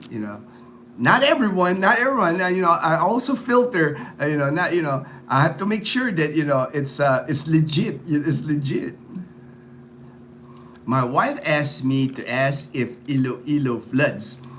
There's certain areas in pretty much anywhere you go, Vaughn. It's like, and a lot of times what you see is with floods, with any city, like even Calibo, there's areas in Calibo that flood. In Iloilo City, the same thing. There's area in Iloilo City that floods, but does it flood like the whole city? No. Does Calibo flood the whole city? Maybe happen once. Good morning. Balik na lang kayo, boss. Balik na lang kayo. All right. They were trying to pick up my water, my delivery water. So I told them, come back later. I didn't text them. Usually I text them and they come over to get my drinking water. But like in Calibo, I remember there's a Typhoon Frank, I think, happened. Like people don't forget it. I think it's 2008, where the entire Calibo got flooded because it was one of those catastrophic events. But since I've been here the 14 years, there was one time I lived in Calibo where it flooded my apartment. I was in the second floor, thank goodness. The first floor got flooded. But does it flood the whole city, the whole town of Calibo? No. Same thing in Iloilo. There's just areas where they're low-lying. Same thing in Manila. It's like in Manila, 1 hour rain in the España area. There's areas that flood. Even in Quezon City now, I saw that there had that 1 hour of rain and it flooded in that area in Quezon City. Again, because probably those flood control projects aren't working. They're stealing that money from the flood control projects. But it's easy enough, like if you're going to Iloilo, Vaughn, to find an area. Like I said, that's why it's better to rent. That way you can test out the area, find out from the locals, hey, does it flood here? Before you buy your house or before you build the house, ask the neighbors out. Unfortunately, here in the Philippines, it's not the same where in the US you got like, you can go to a city and have a map, like a flood zone map, right? There's none of that here. You'll find out flooded areas here by word of mouth. Maybe put your house on a hill. Maybe like in Caticlan, the land that what we bought in Caticlan is up on a hill, because even in Caticlan, it's by the ocean. There's areas that flood. It's like I don't think you'll find an area in the Philippines that doesn't flood.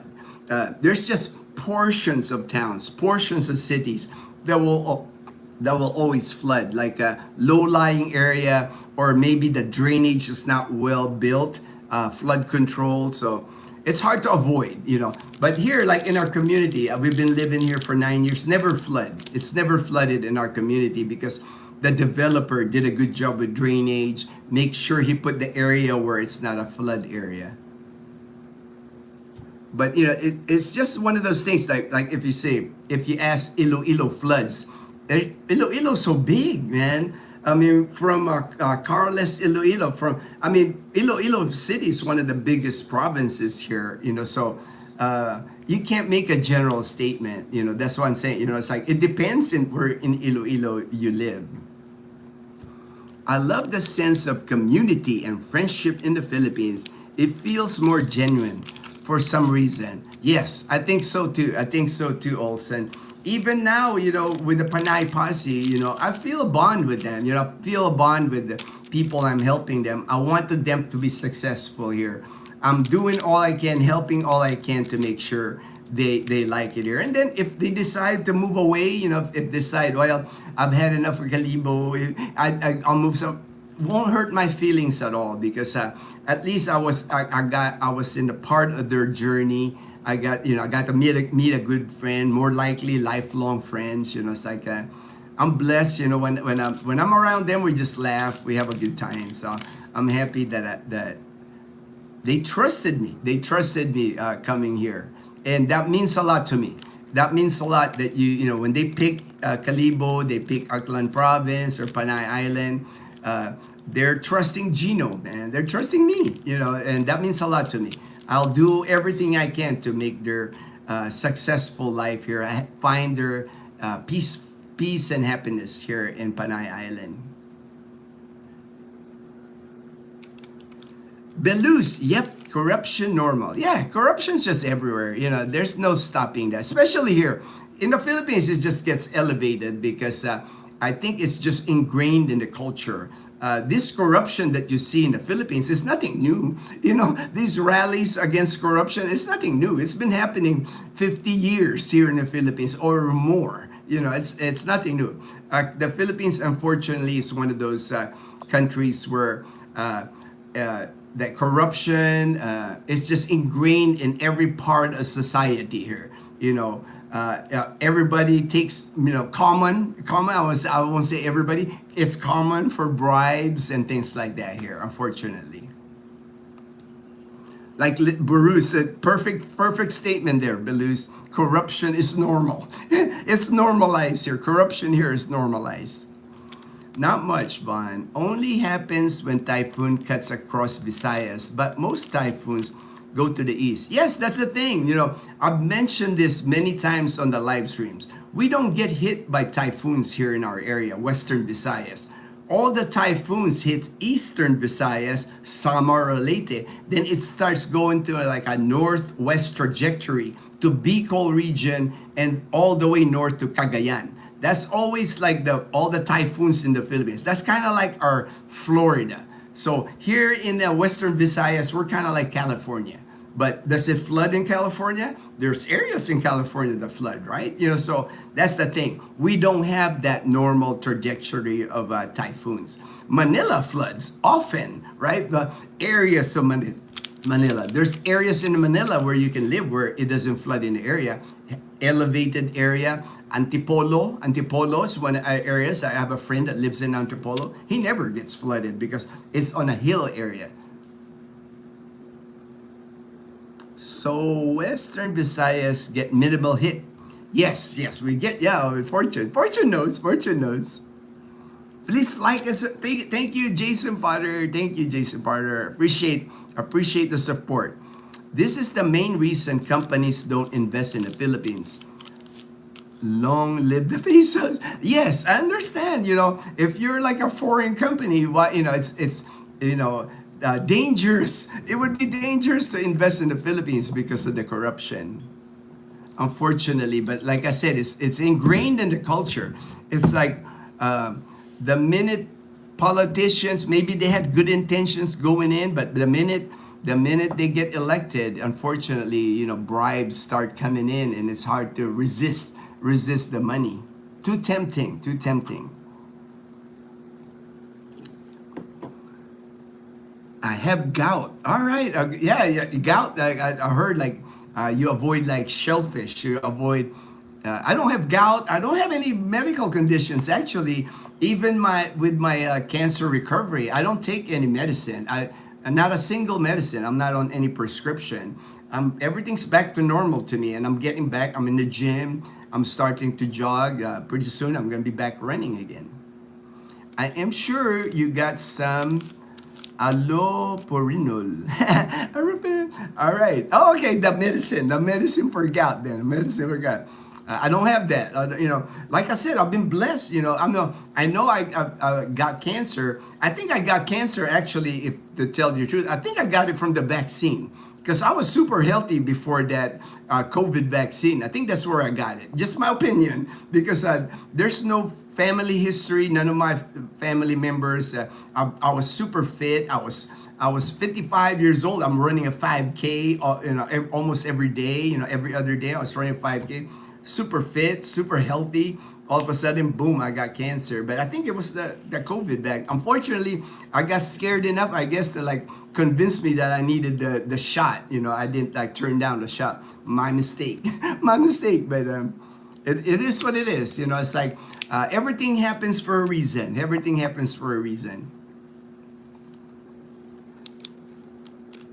takes me out for weeks sometimes. Wow, months. Wow, I didn't know that's serious, man. I didn't know gout was that serious.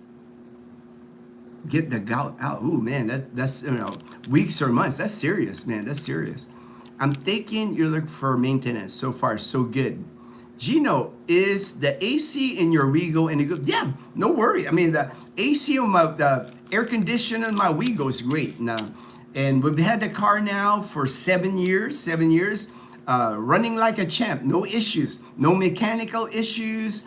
I mean, I only have like 38,000 kilometers on it, maybe 25,000 miles, because I only drive it here to Iloilo most of the time, or Boracay. In town, we have Bumblebee for like our in town, not a lot of mileage. I know I at least have another good three or 5 years on our Wigo. We'll upgrade once I get my Social Security. I've told Dazzle that we'll upgrade to a new vehicle once. And it's paid off. I paid cash for the vehicle. It was when I bought it cash in 2018, November 2018. It was a 2019 model. I paid like around $11,000 to $12,000 cash. So, and that's how I'll always buy vehicles here. We're saving up now for the upgrade the upgrading car, and then we can still get money for this car. I paid like 640,000 pesos, again about $12,000. And because it's well maintained, all the maintenance on it are done at the dealership. I can still get probably 300 to 400,000 on the car here when I sell it used, because it's a great car. Bond, all right. And a lot of times, what surprised me here in the Philippines, the used car, when you sell used car, they get a lot of money for the used car here, because a lot of people can't buy new cars, or if they credit it, if they buy a new car, the monthly payments are so much, and you end up paying double the price of the car by the time you finish the loan. So the used cars here hold a lot of value. It's like, especially if it's well maintained, you got all the records of maintenance, no issues on the car. You can get a good price on used cars here.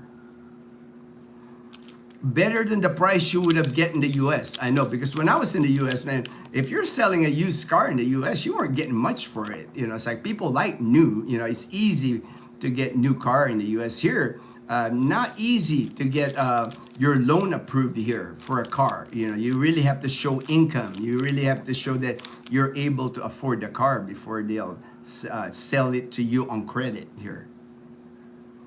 Because here in the Philippines, they do not have that thing in the US, like the credit score, that a credit company that maintains everybody's credit score. There's no such thing in the Philippines. So basically, the banks here that will loan you, that's why that interest rate are so high, because of the chance they're taking on you. They're relying on your proof of income. Like for a Filipino, they're relying that your job is stable. You'll have to show that where your job, IDs, where you work, make sure you have enough income that you're able to pay the monthly fee on your car loan. Same thing with the house loan here. It's not easy for Filipinos to get a car loan or a house loan here, because there's no credit rating agency. Whoever the loan officer is, they're making sure that you have enough assets, or you have collateral. You have maybe show them your title to your house, that to make sure that you can pay that monthly fee. And what I'm seeing, there's a lot of repossessions here. Not just repossessions of motorbikes, cars, houses. A lot of people are getting, because they buy something that they can't really afford, or they buy it when they're working as a merchant marine. Overseas Filipino worker is the husband, or the wife is working overseas. So the banks will loan it to them because they know they're making good money overseas. But what happens a lot of times is they get injured, sick, whatever, they lose that job and move back to the Philippines. Then all of a sudden, they can't afford the lifestyle that they live above their means. That's why I always say, people, it doesn't matter if you're American, Filipino, live below your means. That way, when an emergency, an illness, something, you can absorb that. But it is what it is. People sometimes, ooh, I can get a new SUV. Ooh, I can get a new house. It's like they're eager. They're eager to like buy something that they can't afford. Fortune. My wife usually advises at the onset of gout is to drink lots of water, but if advanced, then medicine. Yes, yes. Hydration is so important, and I know that. I know that. I learned the hard way because of when I finished my cancer treatments. I got this. I was done with Iloilo. I came back here to our house, not even a month, and I got dehydrated. But so now I pay close attention. I got hospitalized at Panay Hospital for dehydration. So now I'm super careful with hydration. I'm always drinking water. I'm always drinking coconut water, making sure I overhydrate, if anything. Good morning, Michael C. Good morning, bro. Good morning, bro. My good friend in Trece Martires in Cavite, a fellow Copico Blanca. He drinks Copico Blanca now in his cup. I gave Michael a cup. He's got one of these cups. When I met him in Boracay Island, that was my gift to Michael. When him and Rose came to Boracay Island, we got to hang out with them. Hey, there you go, Vegas. I already did the weather, man. We got a super typhoon, man. We got a super typhoon. Northern Luzon. Gonna hit like the Cagayan area. Unfortunately, that will cause damage in like the Cagayan area for sure because it's a super typhoon. Next, after Colasi. Yes, I know it's after Colasi. So I'm not far. I know where Tibiao is. Tibiao River. They have a Tibiao River. And they got that the Kawa Bath. They have the Kawa Bath in Tibiao. Antique is open sea, shaped like a seahorse, mostly fishermen and farmers, where the mountain meets the sea. Yep, that's they're known. Antique is known for where the mountain meets the sea. Have to go. All right, Fortune. Take care. Thank you for joining the live stream, Fortune. Appreciate you, my brother. Meeting starts at 9 today. Another 11. I'm close to ending my live stream here now. I just got to go through the comments now because I'm getting to like the 2-hour mark anyway. JP, hello JP, hello Ginno and the gang. All right, the gang, the Panay Posse. All right, the Panay Posse. Obi Olsen. All right, hello. Hope you're doing well. I am doing just fine. All right, JP, good to see you. Don't rent on the first floor. Well, some people got no choice, and because sometimes stairs are hard, right? I get a lot of requests like from people that they prefer the first floor because of that climbing the stairs kind of thing. But just, first floor is okay. Just find the area where it doesn't flood. It's like same thing in Calibo. There's areas in Calibo right close to the river, of course. Oyo Torong area. There's another area, La Serna area in Calibo. It's quick to flood in those areas, but there's areas that don't get flooded. Now I know just because I've been around Calibo now for the last 13 years. Lived in Calibo for 4 years, so every time it rains a lot, I know which areas in Calibo floods. Mega World might be a better choice. Oh, Mega World's awesome, man. It's like, of course, Mega World, if for people that don't know, it's like the development here, condominiums being built. A mall, condominium, usually it's condominiums, mall right beside it, movie theater, restaurant, shops, landers, SNR, all in one. It's the way Mega World builds it. And they have Mega World, of course, in BGC. And Iloilo City's got Mega World. Boracay is going to have a Mega, they're building this bubble. They call them bubble here in the Philippines. If you want that lifestyle, the Western lifestyle, that is perfect. That is perfect because you're kind of like living in a bubble. It's like my friend Frederick, he lived in Iloilo City by the Palladium condominiums. He's like walking distance, not even half a kilometer to like the mall, festive walk. The Korean restaurants, there's a whole row of Korean restaurants. He had places where if he comes down his condominium, he's got McDonald's. He's got restaurants. He's got the mall. He's got a movie theater.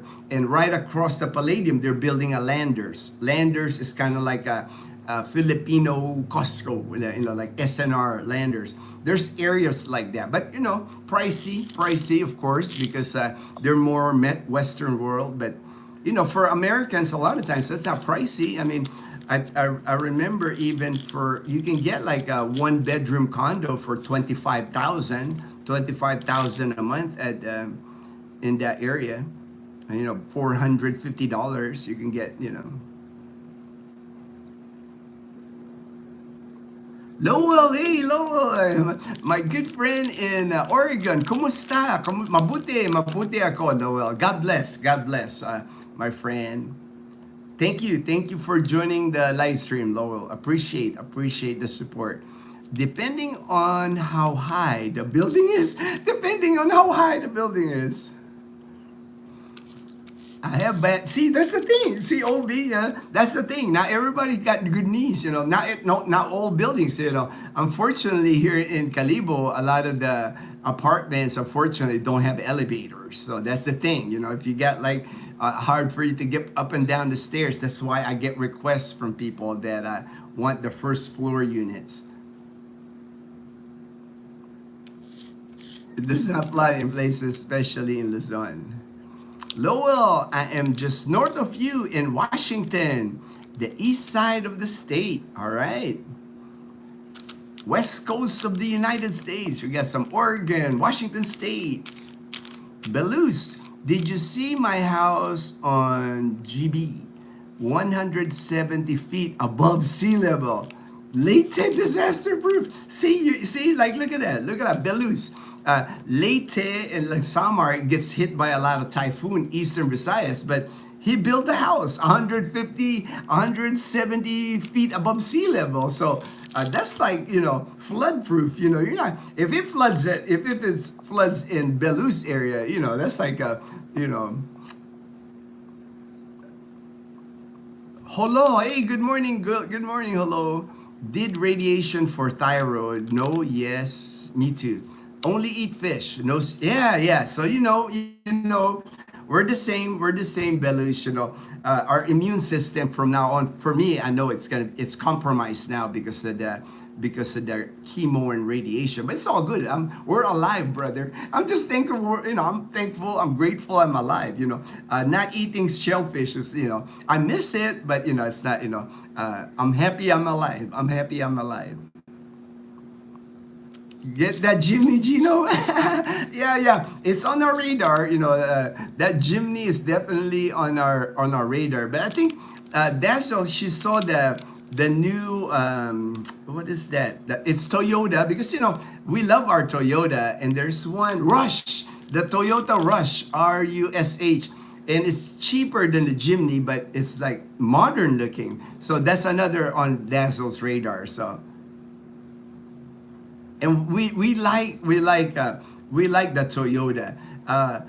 I'm hearing a lot of not good things about Suzuki, so I'll do more research. But it seems like Toyota is more dependable, from what I'm seeing so far than a Suzuki car.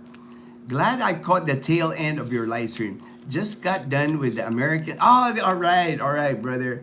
Ray, my good friend in Sacramento, California, he's always volunteering his time with the American Legion. It's like it's ingrained with us military. We're like we just like to help. The military has taught us that, to help others, to be a blessing to other people.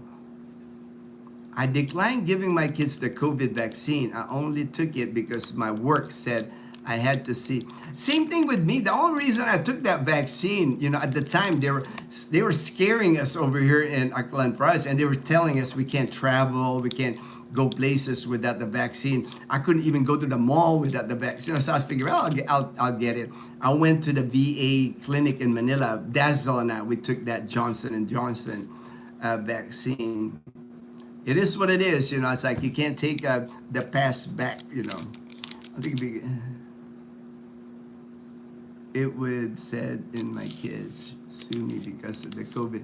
It would be sad if my kids sue me. COVID vaccine, sue them. Is it true that Navy Federal Credit Union finance car and house? Not the house. I have not heard anybody, Vaughn, about the Navy Federal Credit Union like financing a house here, but the car, yes, 100%. You can finance a car through the Navy Federal Credit Union. I've known personally friends of mine that bought a vehicle using the Navy Federal Credit Union, a car. I've never heard a house. I've never heard a house. Just a car. Just a car. Hello, folks. The thriving Philippine expat, Michael White in Masbate Island. Check out his channel. Check out his channel, please. If you're interested in like anything about the Philippines, he's thriving well in Masbate Island. You know, he knows his stuff. He knows his stuff. Good morning, y'all. Ray in the Philippines. All right. Good morning, Ray. Good morning, Ray. I'm about to end the live stream here because I'm at the 2-hour mark, but I just got to go through the comments here, make sure I don't miss anybody here. Have a nice day. All right, have a nice day, Joe. Thank you for joining the live stream. Stay blessed, my friend. Jan, yes, I believe, yes, they will finance. Many people have bought their vehicles here using the Navy Federal Credit Union. And it's the best choice because if you gotta finance your car here in the Philippines with the banks here in the Philippines, their interest rates here are horrible compared to the United States. You know, you will save a ton of money if you can finance it to a Navy Federal Credit Union. Thanks, Ray. All right, I will go live when you are done. All right, go again. I'm gonna end the live stream here. Michael. Go to his channel. He's gonna go live here as soon as I end this. Michael for the Thriving Philippine Expat is gonna go live. All right. Have a good day, everyone. OB, see you, Olsen. Bye, Isaiah. Thank you so much. All right, take care, everyone. Everyone, stay blessed.